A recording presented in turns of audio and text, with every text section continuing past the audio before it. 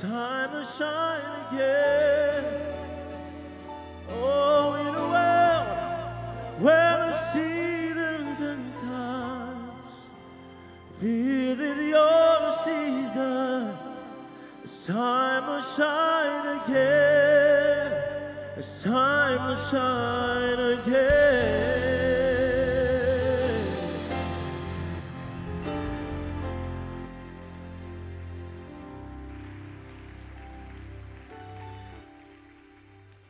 If you believe it's time for you to shine, why don't you put your hands together for the Lord?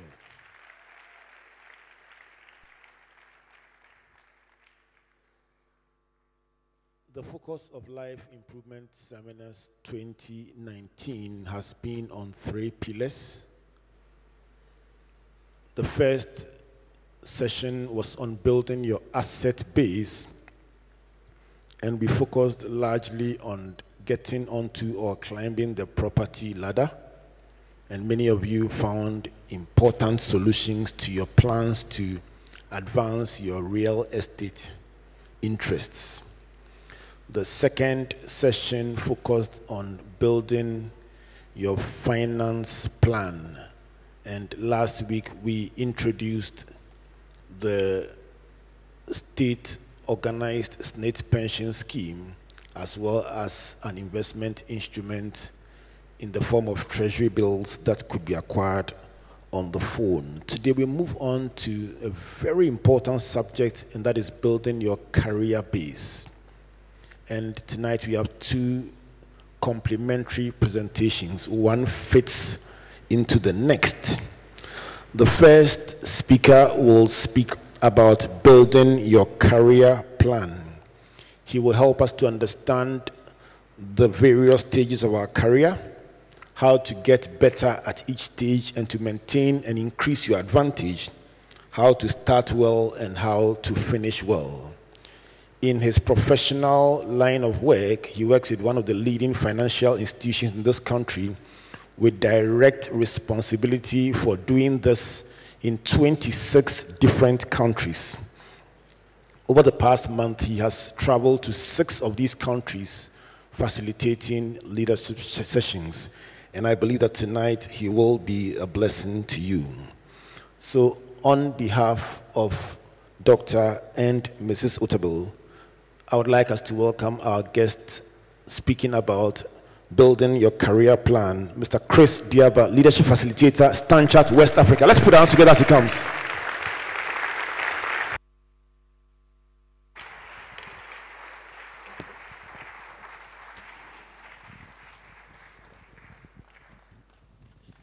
Good evening. Please take your seats. I'd like to first of all say my appreciation to the senior leadership of this house, Dr. and Mrs. Otabil. Now, as a student of leadership,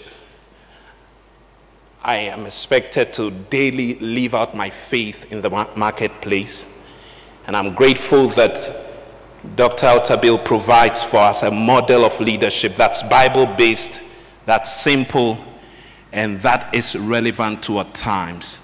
Thank you very much, Dr. Otabil, not just for the opportunity, but also for the chance to be able to grow daily as a Christian in the marketplace. And it's really a place where I'd like you to join me to appreciate the senior pastor of this house.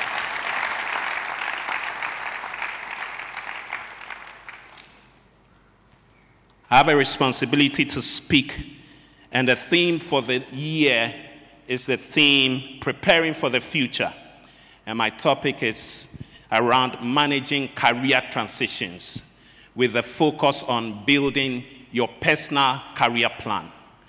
And I intend to answer 3 questions. And let me just make it clear that my intention is not to provide you all the answers in the world. I can't attempt to do that. What I will be excited about by the time I'm done with my session is if I can provoke you and get you to have a lot more questions that push you to actions rather than give you a comfortable experience and walking out of here.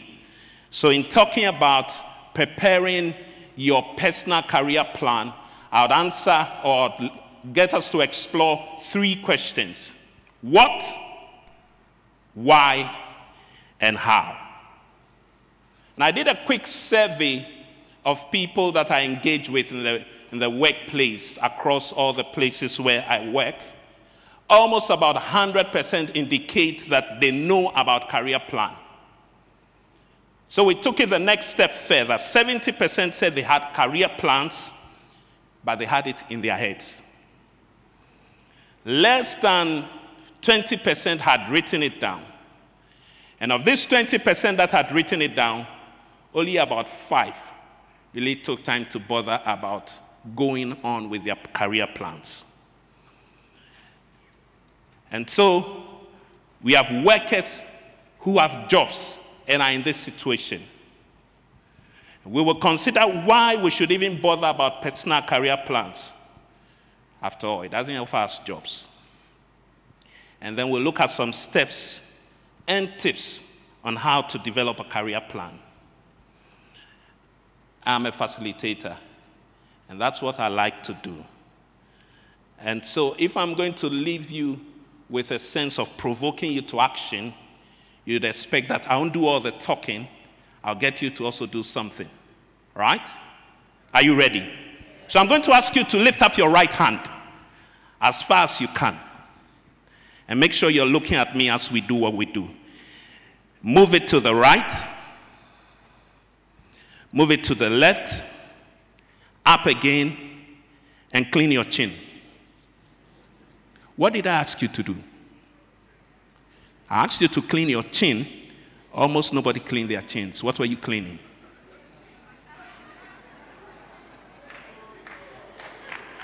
That simple activity teaches us one thing.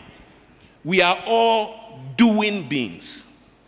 So we are very much driven by what we see, and not so much what we hear or what we see, but what we do. So you heard me say clean your chin, and you did not clean your chin, but you did something else. So tonight, I don't want you to just listen to me. I want you to take action. Are we agreed on that? Fantastic. And so here we talk about planning. By all means, you know I'll go where I'm going.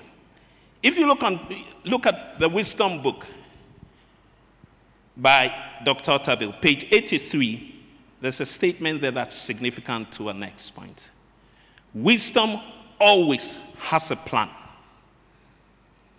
And the Message version of the Bible in Proverbs chapter 20, verse 18, it says that form your purpose by asking for counsel, then carry it out using all the help you can get. We want to understand that every lasting enterprise is built by wise planning. It doesn't just happen. If you listen to our previous sessions around building your asset base and building your financial base, it is pretty clear that you cannot achieve anything of lasting value without effectively planning for it. And so what is a career plan? In very simple terms, we are saying that a career plan is a practical strategy that allows you to determine your skills and interests. It allows you to set your career goals and also put some actions in place to help us achieve these things. Let's be clear that a career plan is not a one-time activity. It is not your CV. Your career plan does not become an automatic key to getting you a job. But your career plan is a guide. It will help you to focus your energy and help you provide clarity on your career journey. You notice that I said career journey, and I'll come back to that in a moment. It is not a document that is set in stone. You need to constantly review and amend it. And remember that what we are dealing with as far as personal career plan is concerned is understanding that a career is a journey. It covers a period of time. Your career runs in stages. And there are different schools of thought, but let's stay with the one that offers us 5 stages in our career journey. And the first stage is what you would refer to as the formal education stage. You could decide to look at it right from the period of basic to senior high to tertiary. But what happens during that period is the formal experience of acquiring knowledge to help you in the corporate world. Very quickly, let me remind you that education is never ending. And that's why I called it the formal education period. The period where you're preparing yourself for life in the marketplace. This is a little shift in recent times. And when I talk about the definition of terms, you understand what I mean. The next stage is the early career stage, where you actually start working. This is the stage where you're doing a lot of learning. This is the stage where you're building some skills and experience relevant to your job. And quickly, let me submit to you that be conscious about the fact that you don't look at going into a job because it offers you money. There's a lot more to why you should go into a particular job than money. The third stage is the mid-career. At this point, you've built some more experience. You're becoming clearer with regards to what you want to focus on, and you are becoming more focused in the area of your strength. Then you shift on to the advanced, or if you like, matured, some people call it the late career session. And in this session, you're set, if you have built some good experience, skills, and strength over the period, this is where you're getting to do a lot of work and deliver success in what you do. Experience becomes the basis on which you run, and you could run on the basis of your strength because you are clear on your strengths, you have aligned it to your career, you have settled in that area, and then you go on to the last stage. You call it the retirement or post-retirement. Another name given to it, which I don't like, is the decline stage. And my focus tonight is on those that are typically within the formal education and early career stage. If you are not in that stage, I guarantee that you will still get some value from what I would share. But more importantly, my colleague, Mr. Efie, will be speaking right after me and will handle the part that follows. All right? Based on what we've explored so far, it's possible we'll be wondering, why should I even bother about planning my career? What's the importance? There are some key terms I want to define with regards to our theme. The first one is preparation. We've talked a little about preparation, but we define preparation as to make ready before, or to make someone ready or able to deal with something that's ahead. This is not something we can leave to chance. Preparation means that it didn't just happen. It is not random. It is systematic. It is purpose-driven, and it has got some outcomes. Preparation means that you put yourself to taking time to understand what this is all about and work with that. The next one is future. And we define future as the time yet to come. The time after I've spoken is part of future.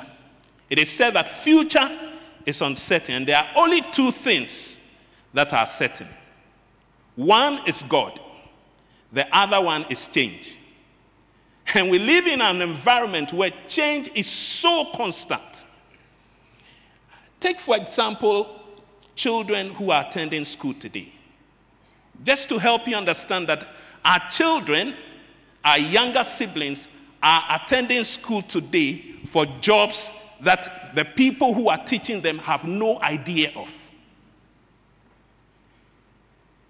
If you were in school 40 or 50 years ago, you're going to be trained on things that today are absolutely archaic or irrelevant. If you take some professions, take for example the mobile telephony industry. It is not older than 50 years. For those of you who are so stuck with your phones, you almost think that they were there when God created the earth. But the whole industry is less than 50 years old. 5 years ago, for example, and I'm sure there's some of you who don't know even this job. There's a job called influencer. 5 years ago, this job role did not exist. More about this later. Now, beyond talking about the future of work, I want to talk about, beyond talking about future, I want to talk about the future of work.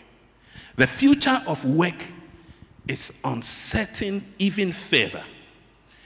The future of work is built on globalization. Speak to any CEO of a company today. If you put an ad out, guys, if you think that only those in Ghana are the ones responding to the ad, you're making a mistake. A colleague helped me to set up a blog. 24 hours later, I got emails from all over the world putting themselves up to manage the blog. Only one of those emails was from somebody in Ghana. So when you apply for a job, don't think Ghana. Your mindset should be global, because the world we are dealing with is a world that's looking at global. And beyond having a global mindset, technology has changed our lives. Technology has driven us to what we call convergence and interconnectivity. Anybody here has an ATM card? With your ATM card, today you can withdraw money from any bank, even if it's not your bank. You can even go to some filling stations with that same ATM card to get fuel. You can go into a shop to get some wares with that ATM card. And the future is making it even more convergent. There are talks around making our card, within that your driving license, your social security card, your voter's ID card, your passport, all on one card. The world and the future is going convergence and interconnectivity. Now, to survive in that future, you must focus on knowledge sharing. Don't hoard the knowledge you have. I'm sure you're familiar with those colleagues. When we were in school and the lecturer gives a reference, they have the latest edition of the book. And the common edition that's around is about 3 or 4 editions back. And because they have the latest edition, they don't bring it out. They hide it in the room, and with a few friends, they study it. My friends, if you decide to hoard information, you'll be left behind. Actually, what you call the internet is simply other people's information that they have opened up to us. The future of work does not give you the luxury of hoarding information. Somebody else will take that material and run with it. Career is defined as an occupation undertaken for a significant period of a person's life and with opportunities for progress. Let me remind you, your career is your responsibility, and you will need to take personal responsibility for that career. Nobody else will. The last word around that, or the last definition, is transition. And transition is a period of changing from one condition to another. It's a connection between one point and the other. When you think about transition, think, for example, about that 4x100 relay athlete. For him, transition is the baton-changing experience, with the potential that if he drops that baton, he's disqualified. For the choir, transition is the period when there's a modulation from one key to the next key, and there's the potential of going off key and distorting the song. Transition is a period of uncertainty, but it's also a period of opportunity. Managing your career effectively in the period of transition is what we want to talk about. How do we do this? So far, we've talked about the what, we've talked about the why. Now let's look at how. In looking at the how, I borrowed a framework from what we use in coaching, and I thought it would help land us where we want to go. And the approach is called GROW. Can everybody say GROW? GROW has 4 letters, G-R-O-W. The first step is G, representing goal. What do I want to achieve? So in preparing your career plan, first question you want to ask yourself is, what do I want to achieve? And in regards to that, I want you to ask yourself, where do I see myself in 2 years, 5 years, 10 years? When you answer that question, please don't write a job role. Don't write a title. Don't write a position. Focus on answering the question, what problems do I want to solve? What problems do I want to solve to remain relevant? What are your interests? And to find your interest, ask yourself, what are those things I enjoy doing regularly? And if I were to do it back-to-back 5 days or 7 days a week for free, I would not get tired and I'll still enjoy doing it. That is your interest. For some of you at this stage, you may not quite know it. And this is what I want you to do as a proposal around that. Try your hands at many things. Don't just get stuck on one. Try your hands at many things. So that's the goal. What do I want to achieve?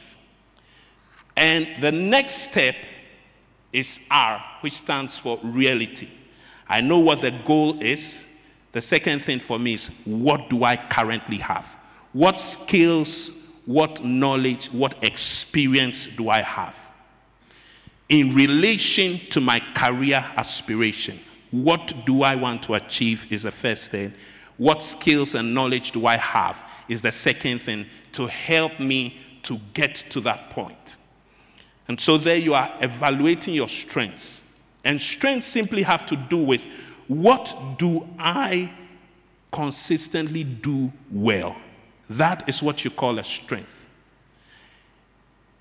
In terms of your career aspiration, what you want to achieve, you list what the skills are, what the knowledge required is, what the experience required is. And when you have put that down, you look at it and see, where are my gaps? Where do I have to improve? Where do I have to develop?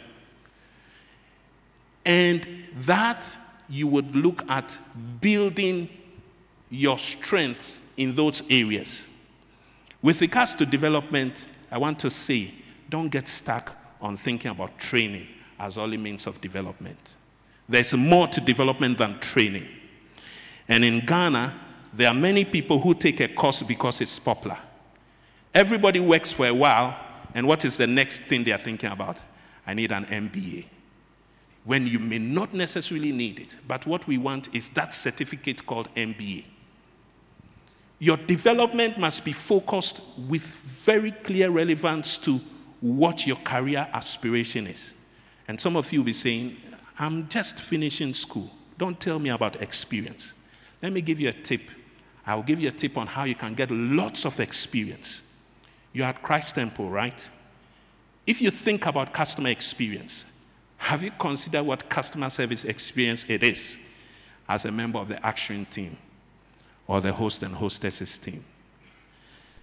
Talking about facilitation skills or effective communication skills, have you considered being a facilitator in the adult Bible class? Talking about leadership skills of mentoring, stakeholder management, effective communication as a facilitator. Think about being a facilitator in the youth or children's church. And you have to manage a parent that's feeling all anxious about their children. You need stakeholder management. And you get all that experience. And you get it for free. If you can manage a team of volunteers who you are not paying and be successful at it, that is experience you can never forget or cannot ignore. Step 3 is options. I know my career aspirations. I've evaluated my skills, knowledge, and experience with regards to what I need. I now need to develop and grow myself towards reaching that aspiration. How do I do that? Identify somebody who you think reflects your aspiration, where you see yourself going. Determine how you fill those gaps and what resources you need, and find a mentor. And let me say very quickly, when I say a mentor, I don't mean that person you see on TV who you get excited about or on the internet. There's another name for those people, but we will not make them our focus now. What do you need in a mentoring relationship? Be clear about that, and that will be the basis for finding a mentor. And don't expect your mentor to come chasing you. Remember, you need their input, so go after them. Don't abuse the relationship. And think about what value you bring to the mentoring relationship. And so that's step O. Our final step is W, and that is the way forward. I've drawn the plan. I've listed my aspiration, skills, knowledge, experience. I have the help of experts and mentors to sharpen my skill. A plan is only as useful as when I act on it. So take action. Tell somebody, take action. And in taking action, with the plan you have drawn, what are you going to do with it?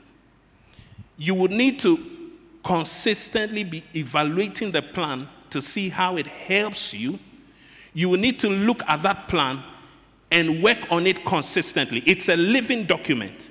And because it's a living document, you need to compare it to your current circumstances. How close or far am I from the plan? And you will keep going at it. Remember that things may change as you go on, so you need to readjust the plan whilst you are working at it and whilst you are developing yourself with regards to that plan. And if you are in the role, and as you look at your role, remember that don't get stuck in that role. Some people can get in one role and get stuck for years. You will become rusty. And here I have a tip for you, again from the Wisdom book. If you look in the Wisdom book, page 10, Dr. Otabil talks about wisdom as a cap to your performance. And he gives us his example. He says, every 3 years, I renew myself. Otherwise, I feel stagnant. You can make that your guiding principle. Maximum of 3 years, I renew myself, or I feel stagnant. So what's my conclusion? There are 2 things I want to conclude with. First is the story of Joseph. And I'm sure many of us have read the story of Joseph. He interprets the dream. Pharaoh says something. A friend drew my attention to something. Do you realize that after Joseph has interpreted the dream, Pharaoh could have said, thank you very much. Now you can go. And then look out for somebody who is qualified to handle this. He could have done that. But Joseph himself had built his career plan. When he declared his career aspiration to his brothers, they almost killed him. But he kept working on the plan. He had God for his mentor. He had Potiphar for his mentor. He had the Potiphar's wife for his critic. And he went through to the prison. He had the experience of providing dreams and solutions to the people in the prison. And note, when Pharaoh sent for him, he by that time may have, and I'm sure dealing with the cupbearer, he may have said a number of things and learned a number of things from them. He went well-dressed, well-shaven, and was ready for the role. And here are my final thoughts to you. There is a clock and there is a compass. The clock represents times, deadlines, situations that have timings to them. The compass represents direction, focus, perspective, purpose.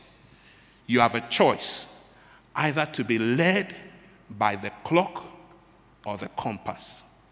And I want to encourage you, be driven by the compass and not the clock. Thank you very much.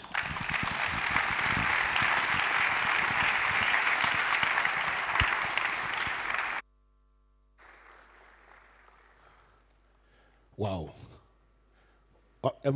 One more round of applause for Mr. Chris Diaba.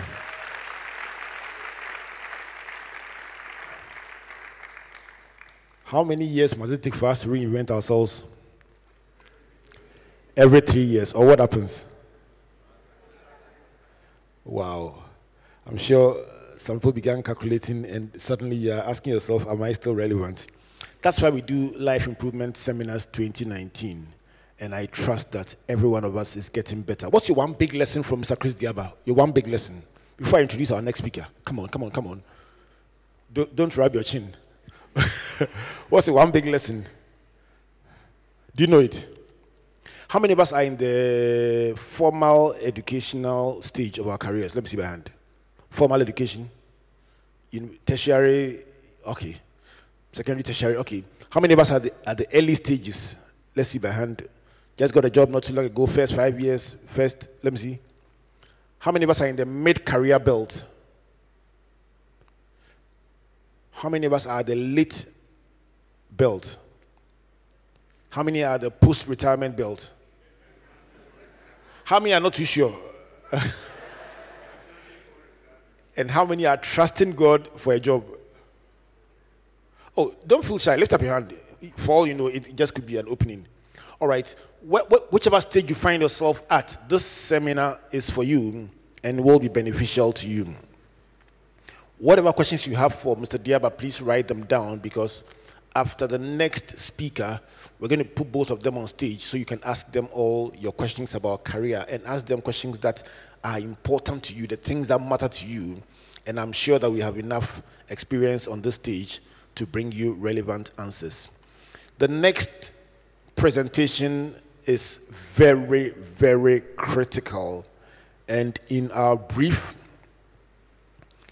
it said why everyone aged 18 and above must start preparing for retirement. Why everyone aged 18 and above. That means that from the very moment you start voting, you must start preparing for the whole of your life, not just for the first 5 years or the first 10 years, but all your life. And amazingly, the earlier you begin preparing, the more comfortable your whole life will be. And that is what the next speaker will talk about. He's a Chief Executive Officer of the Axis Pension Trust. And that provides personal pension opportunities that you yourself can initiate and direct and engineer to ensure that your retirement or your life at the later stages is even more beautiful than your life whilst you are working. Christ Temple, on behalf of Dr. and Mrs. Otabil, help me welcome Mr. Afriye Owari. Let's put our hands together as he comes.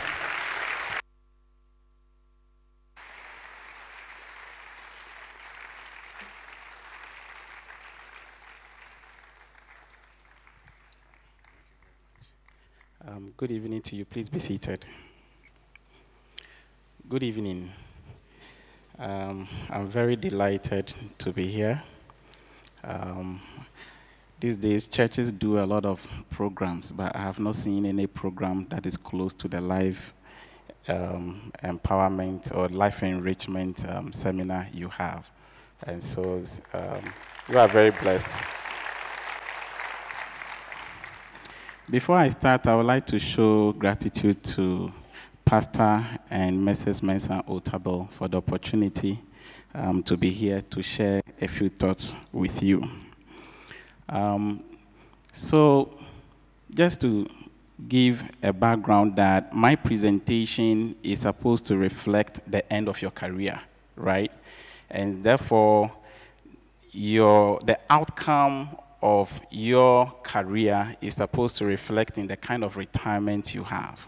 And so I am going to provoke you at the end of this presentation to start taking action immediately towards setting up a personal retirement plan. So George Gleason said, the wealth of a nation is intricately linked to the prosperity of its citizens.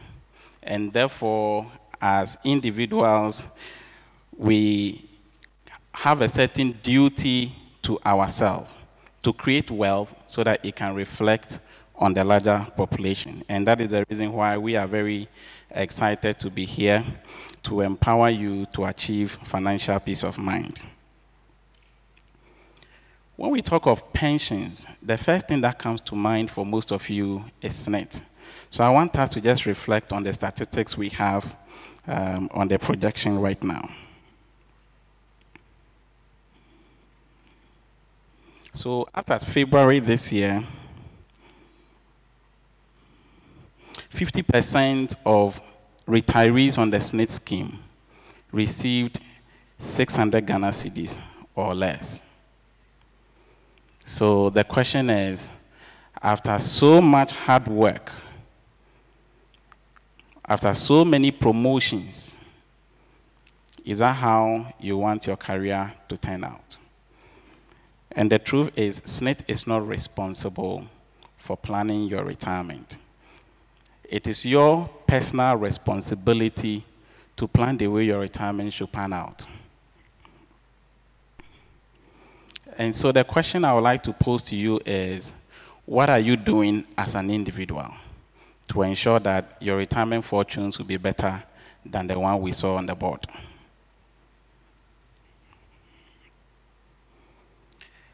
And the problem has to do with the fact that a lot of us see life as just one event. And so we live for the moment. But the reality is, life has got many phases, and each phase has got so many events. And come to think of it, the events of life have got financial implications, whether it is marriage, whether it is childbirth, whether it is education. They all have implications either on your personal finances or the finances of other people. And that is the reason why you should take what I am presenting very seriously.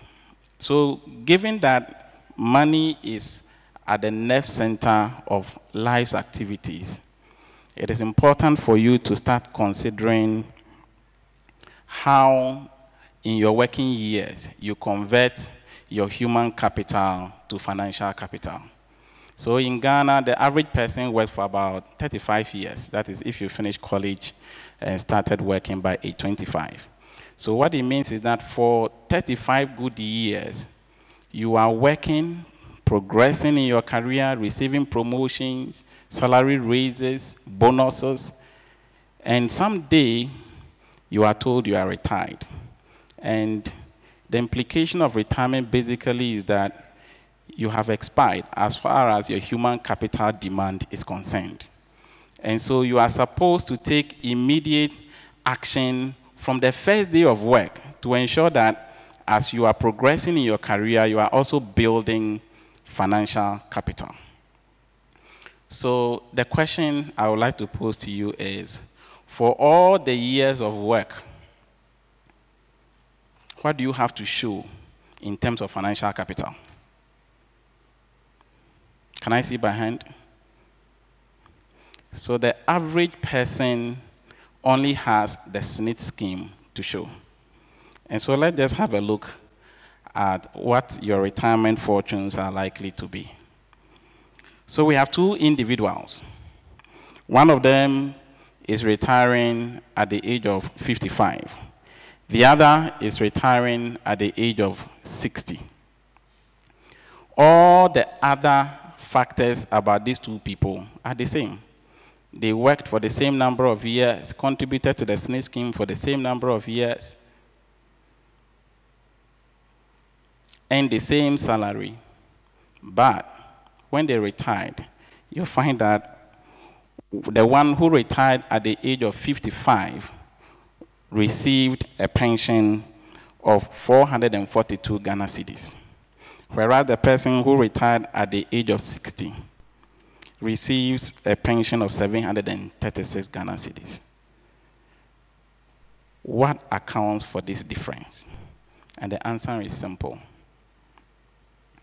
According to SNIT's calculations, if you retire at 55 or you retire before 60, they assume that they are going to pay you over a longer period.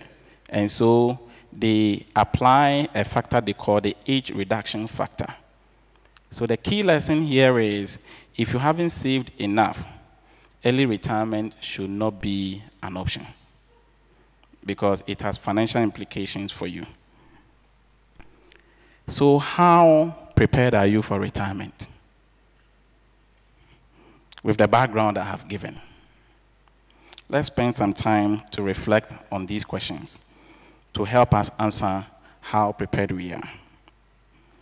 What is your retirement goal? Chris just talked about your career goal, but from the first day of work, you are supposed to also have a retirement goal. Where are you in your retirement journey? How much have you accumulated?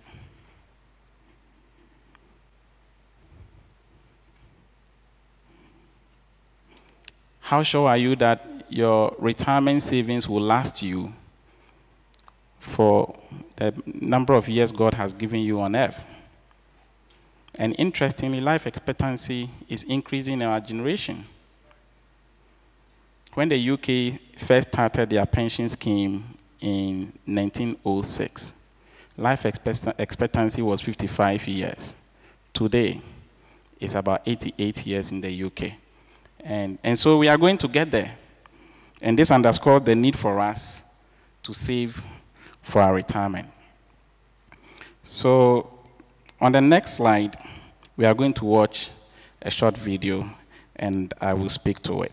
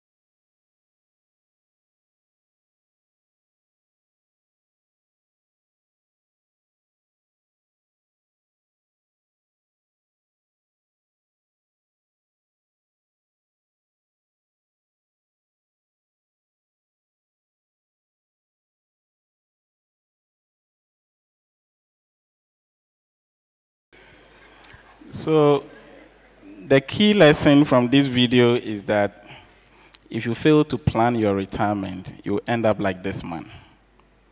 The purpose of a retirement plan is to help you sustain your pre-retirement standard of life. And like we saw in the video, the man lost his respect, he lost his dignity as an adult because he failed to manage his finances prudently. And so the question is, how much will be enough to help us sustain ourselves on our pre-retirement standard of life? The global standard is 70%. But in our sociocultural context in Ghana, given the responsibilities we tend to assume at retirement, you will need a lot more. And so as an individual, I would like to ask, what is your retirement goal? And when we ask of, or we talk about retirement goal, we are talking about what percentage of your pre-retirement income do you wish to earn when you are retired? So if you were earning $5,000 at the time or before retirement, what percentage of this $5,000 do you want to receive as a pension? So that is the question. And where would this come from, if I may ask? In Ghana, we have a 3-pillar pension system. The first pillar is SNET. But for most people, all they know is that SNET is the only pensions provider. But SNET is only what? The first pillar. And the purpose of the SNET scheme is to help you meet your basic needs. And so it is pretty unfair for us to expect, you know, a fortune from SNET when they are only a first pillar. From next year, SNET will be paying only monthly pensions. The second pillar will come from Tier 2 providers or private pension providers like Axis and many others. And the purpose of the Tier 2 is to provide you a lump sum for meeting your retirement capital expenditure. So essentially, if you combine Tier 1 and Tier 2, you are talking about statutory pension, and it is hardly enough. And so the game changer really is Tier 3. Tier 3 is where government has given you so much flexibility to change your retirement fortunes. So if you want to replace your retirement income 100%, you have an opportunity to do that with Tier 3. By Tier 3, there are 2 aspects to Tier 3. The first and the commonest is what we call provident funds. So if you are employed in a company that is generous enough to set up a savings scheme for employees, make sure that savings scheme is earmarked for your retirement, because you are likely to face a big shortfall in your income.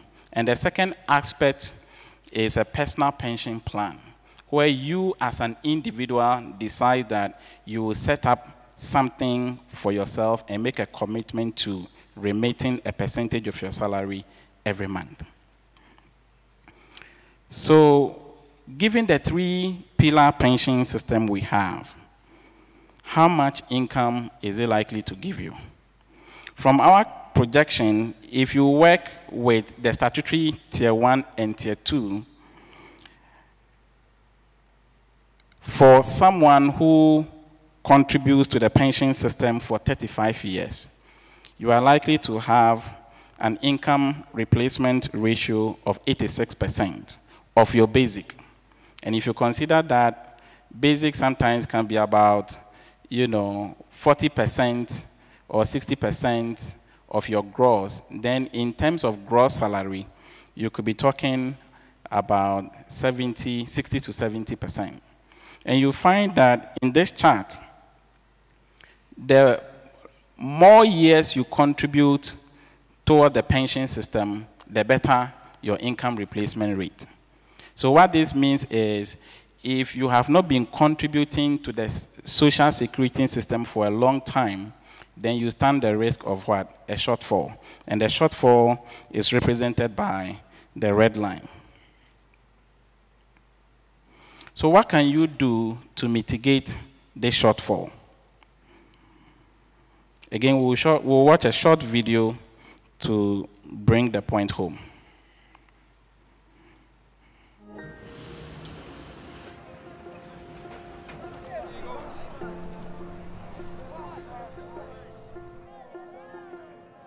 We asked people a question. How much money do you have in your pocket right now? I have $40. 53. 21? Do you think the money in your pocket could make an impact on something as big as your retirement? Not a chance. I don't think so. Probably not. It's hard to imagine how something so small can help with something so big. But if you start putting that toward your retirement every week and let it grow over time, for 20 to 30 years, that retirement challenge might not seem so big after all.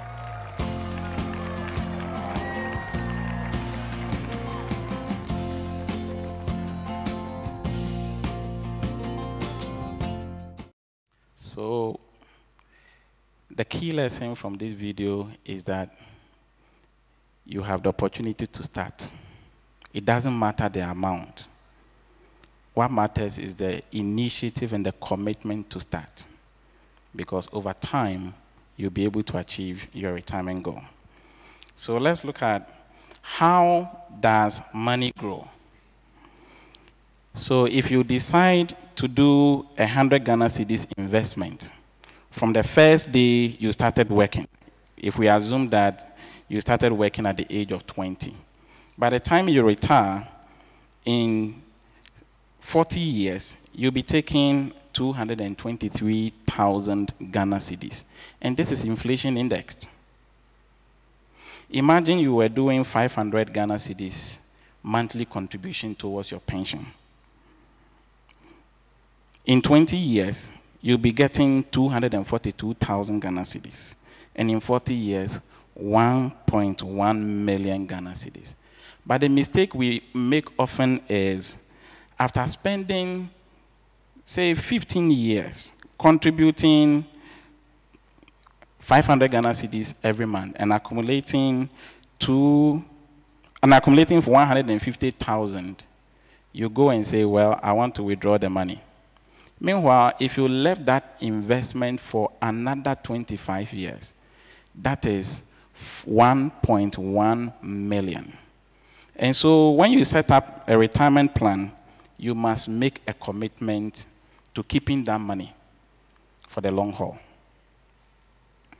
Now, there is also an opportunity cost of delaying the decision to commit now.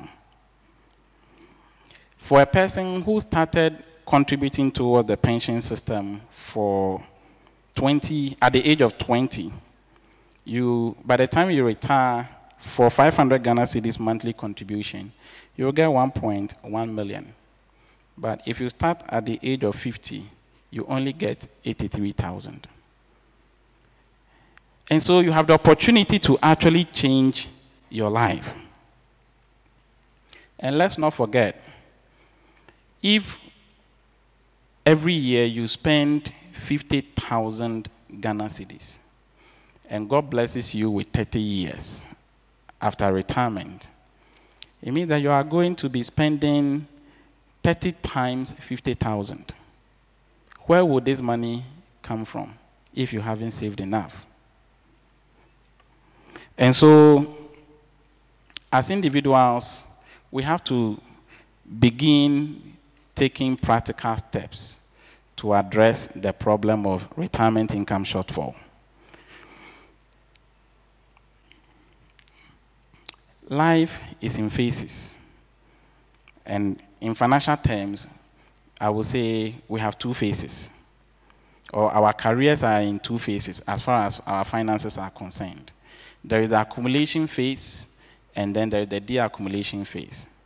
During the accumulation phase, that is when you graduate from school, get employed, and you start working. At this stage, a lot of money is passing through your hand. You have a lot of human capital. And as I mentioned, you have to start converting that into your financial capital. And so what is important is to start deploying the savings you are making into an investment. So what should be your attitude, or what should you do during that phase of your career to ensure that you retire and retire well? First of all, you have to ensure that your employer is contributing towards your pension. So every year, get a statement from your pension providers, from SNET, your tier 2. If you have a tier 3, get a statement and ensure that your contributions are intact. Secondly, commit at least 10% of your salary to a private pension account. If your employer has a provident fund for you, then you are very blessed. but you have to set up something on the side to help you ensure that your retirement goals are achievable. You have to keep increasing your contributions. For most people, when there's a windfall, it's an opportunity to party. Unfortunately, time is not going to wait for you. You wake up someday and realize that it is too late. And you need professional guidance. When you are retired, the dynamics are a bit different. You no longer have flexibility. You have depleted your human capital. And so at the age of retirement, you have to invest your money in a way that your money is not exposed to the risk of loss. Secondly, at retirement, when financial demands come, maybe because of health and other reasons, there is no time to wait. So you have to ensure that your money is invested in financial assets. A lot of people tend to invest in property. It's good to have property. But what you should know is that at old age, you don't have flexibility anymore.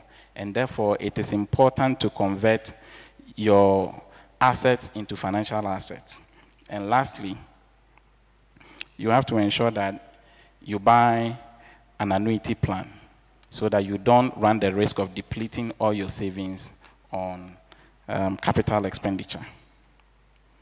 So putting all this together, a good retirement plan will consider the following factors: how much you save, how long you save, the rate of return you'll be generating on those savings, when you retire, how much income you seek to make on that retirement, and then your life expectancy. So putting all this together, how then do you plan your retirement? There are 6 simple steps. The first is to set your goal. So Adjoa intends to achieve 100% income replacement upon retirement. That's her goal. The second thing Adjoa needs to do is to take financial inventory. For all the years Adjoa has been working, how much financial capital has she accumulated? So you look at all the assets you have, subtract all your debts from it, and then you have your net worth statement. The third thing, Adjoa will have to review her financial situation.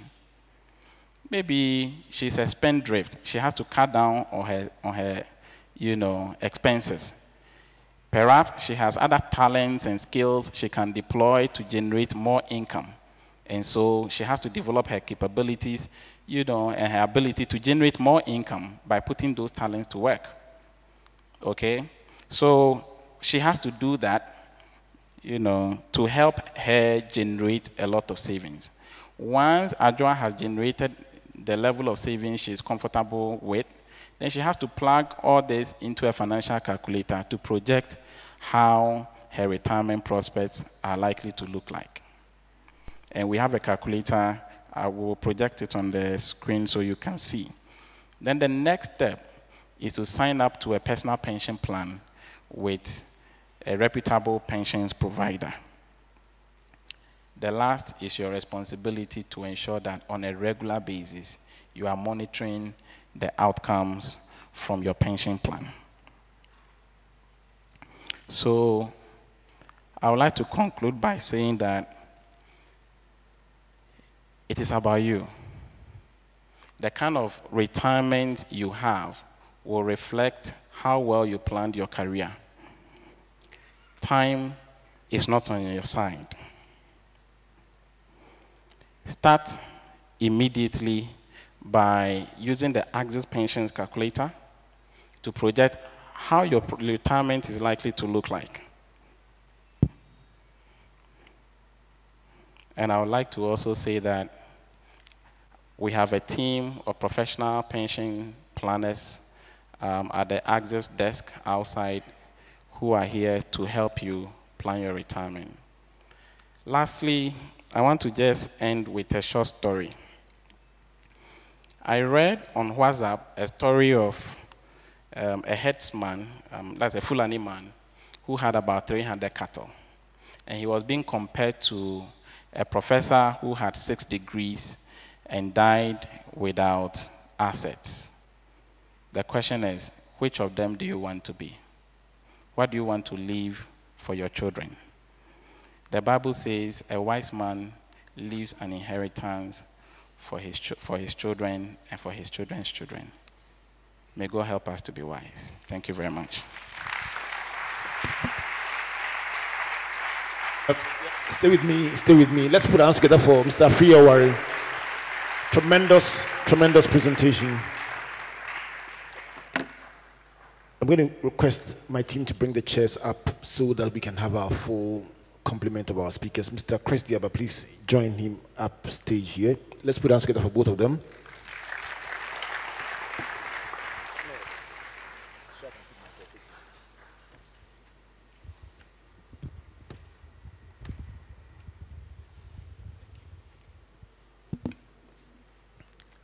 I can tell you, Afriya, the big point from your presentation was about income replacement, which means that if you know how much you are earning before you retire, you can decide that, will 40% allow me to stay in the same house I'm renting, or I have to move to the village?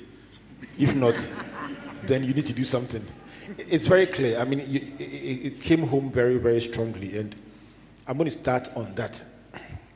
How big an issue is this income replacement? And while you think about it, please, if you have a question for any of our 2 resource persons, please line up in the aisles and ask them very difficult questions so that they can help us to prepare appropriately for our career at various stages and also for our retirement. But while they line up, let me ask you about income replacement. You came across very strongly on it. How critical is this discussion about income replacement? Yes, so the income replacement ratio primarily is a variable for measuring the percentage of your pre-retirement income you wish to earn when you are retired. For Ghana, because most people have relied solely on the SNIT scheme, they have found their retirement income to be woefully inadequate. The average income replacement ratio for the SNIT scheme under pensions, the PNDC law 247, the old pensions law, was between 37 to 60%. And 60% here actually reflects your basic salary, not your gross salary. That means that if you were earning any allowances, it's not covered. Exactly, and that what actually makes it very inadequate, because most of us are used to earning a lot of allowances. Unfortunately, we don't contribute towards pension on the allowances. Thank you very much, Mr. Fiowari. Let's start from my left. Yes, first question, please. Your first name and the question.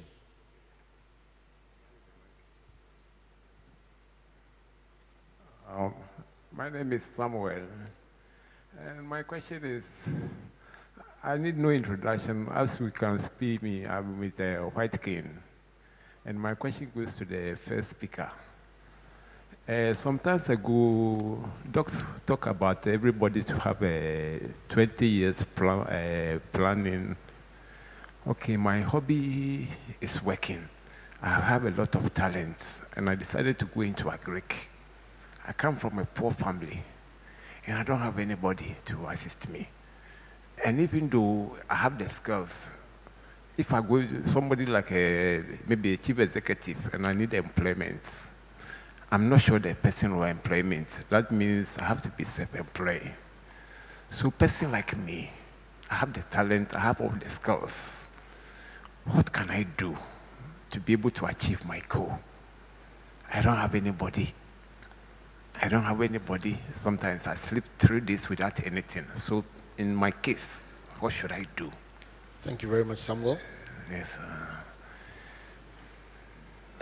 Yes, sir. Jerry is my name, and my question goes to our first speaker. He ended by saying that we should be driven by the compass and not by the clock. But the question I have is, why not driven by the two, both the compass and the clock? Thank you. Thank you very much. Next question, sir. Okay, my name is Kenneth. Kenneth, okay. And my question goes to Mr. Diaba. I'd like to know your thoughts on a situation where we, once in a while in our careers, we come across opportunities, or what seems to us like opportunities. I'd like to know what your take is on the balance between jumping for opportunities and following our career plan. That balance, I think. Thank you very much. Yes, on my left. My name is Joshua Asaridia. I would like, you talked about time, and you talked about time and chance. Okay. And I would like to ask how you make the time. It's very important to know. And also, you talked about this kind of pension schemes, and I wanted to know how you can identify the original from the fake, so that you can put your money at the right place, so that your money at the end of your career will not end up in a whole bizarre. You know, there is a lot of banks that has come out over the time that has brought a lot of stories. So we want to know where we can really invest the money, so that at the end of your career you can really go for the money. There won't be any hide and seek, you know. Thank you, Joshua. Next question, please. Minister. My name is Aprekwana Niapia. I have been asking a question. Can we get an institution where, for example, I'm a parent, I've given birth to a child, I've done an ordering, and have some money for the child that I can invest, so that if I have a certificate after maybe about 30 years, when the child is matured, I'll say, take the certificate and go for the money. I believe that if such things are there in this country to help the family a lot, why we are suffering is because most families don't have long-term investments. So I'm wondering whether we have such companies in Ghana where if I'm a parent or a grandparent, I can go there and do one-time investment, 20 years, 30 years. When the time is due, you could take the certificate and go there and take the money. Thank you very much, sir. I'll take the two and then we'll come straight back to you. My name is Francisca. Yes, ma'am. We will all agree that our SNIT pension benefits are woefully inadequate. And Mr. Afriye's presenter said we should develop our talents to generate more, savings for ourselves, for our retirement. Our employers, the type of employers we have in Ghana, would they allow you, whilst you are pursuing your career, and then encourage you to even develop your talents so that you can have more savings for the future? Thank you very much. Thank you very much. Thank you. I'll extend this so I don't have only one person standing. So, say yes. Okay, good evening. My name is George. I think my brother actually asked my question in a bit. You can join but just to say, yeah, so what's the impact of saving for retirement in a seemingly shaken financial ecosystem? Should we be looking forward to putting saving just our money, or should we be looking to invest in probably assets or property, etc.? Yeah, thank you. Thank you, and I'll take the last question in this round. Good evening. Good evening, ma'am. My question goes to your first name, please. Trudy, sorry. Trudy, hold on a second. Could you please adjust the microphone for her, Trudy, so she can be comfortable? Thank you. Yes, ma'am. Yes, my question is on... goes to which of them? Goes to the second speaker. Second speaker, okay. Mr. Wari. Since deductions are taken from source, when you go to SNIT and then you request for your statement and you are told for about 3 or 4 years you haven't made any contribution, what do you do? Thank you. Thank you. Gaps in SNIT. Just by the way, there's a SNIT stand also outside there that you can go to, but Afriya, you will give it an answer. Let's start with Samuel, who tells Chris. Samuel has a 20-year plan that focuses on agriculture. His options are limited in his opinion because he's visually impaired and therefore wants to go into agric. He says he has no support. What recommendation do you have for him?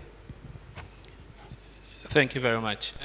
First thing I'd like to say is that in our part of the world, we have equated that level of disability to inability. And that's absolutely not correct. There are a lot of organizations today who are employing people who have one disability or the other. And therefore, don't see your disability as a barrier to being able to pursue your career aspirations. So that's the first statement I'll make around that. Second statement is that remember that in drawing your career plan, you're looking at what your strengths are, what your skills are, what your knowledge is. And if you think that you're going into a Greek because you have the skills, the knowledge, and the experience, that's well and good. But if you think that it's mainly because of visual impairment, that's why you are falling back into a Greek, because you think you will not be employed, and yet you have the skills, the knowledge, and the experience for one role or the other, I would encourage you to go ahead and pursue those job or those career options that you are best suited for. And don't think about your visual impairment as the barrier. Sam, if I may respectfully add, I would encourage you to visit the Ghana Blind Union, and the executive director is, I think he's pursuing a doctorate degree as we speak. Yeah. And just speaking to somebody who has been able to overcome these barriers will just inspire you to know that it can be done. So maybe that's one more thing I'd like to add. Just visit the Ghana Blind Union at Asalam Down. And it's a very open place, very welcoming, and just get to interact with the executive director and you will be very, very inspired. And let's see how we can push this from here. Let's go to Jerry, who's asking compass versus clock. Why not both? Great point. First thing is that you can't have two captains. Remember, the statement is which one drives your life. You need both, but one of them has the overriding feature. There are people whose life is wake up in the morning, go around the day, end the day. They are working, but they show up every day at work. It's a new day. This is the day the Lord has made. We will rejoice and be glad in it. And they can't wait for 5 p.m. to close. And yet there's another colleague in the office who is on the same seat with them and yet planning, what do I want to be 2 years from now?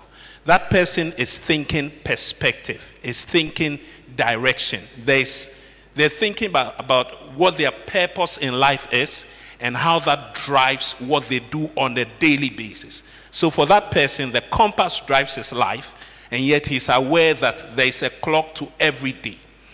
If you're driven by the clock, you could get distracted, and I'm almost linking it to the other question around opportunities. Right. You can get distracted by single opportunities that seem to have present gain or present benefit, and yet may be totally disconnected from what your purpose is and what your direction is. And that's why you've got to focus on not living your life to time and chance, which is the simple measurement of the passage of seconds, minutes, hours. But focus on living your life by compass, which is driven by perspective.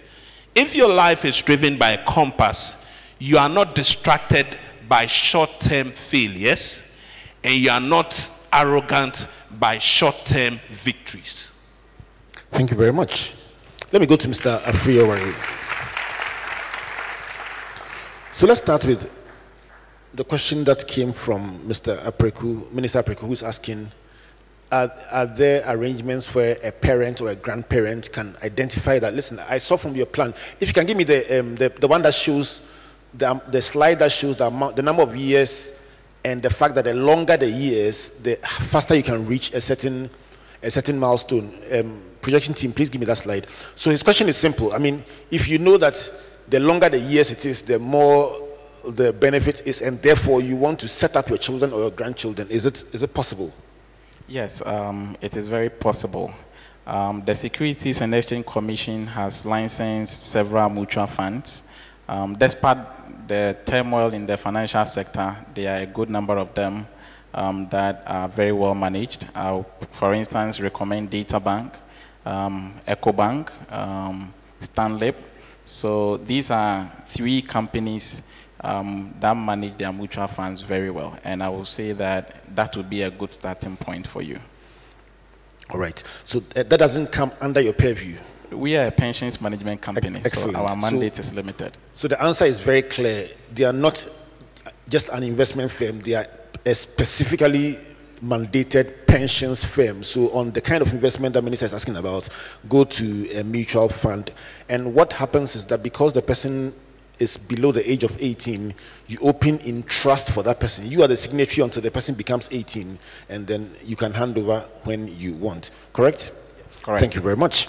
Let me push straight on from there to ask again about 2 people are asking their concerns are about Joshua and George.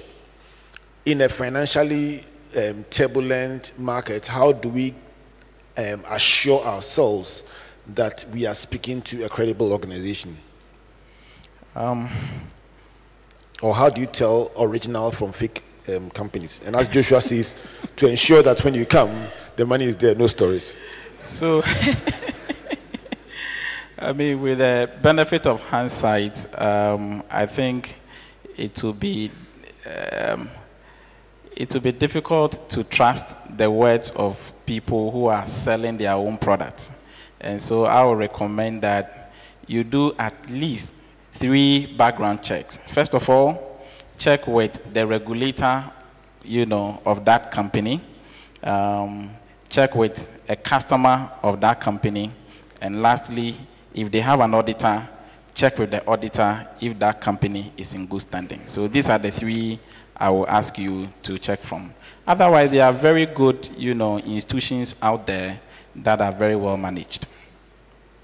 Very, very prudent answer. And the regulator of the pensions is the National Pensions Regulatory Authority. Please, their office is on the Kanda Highway.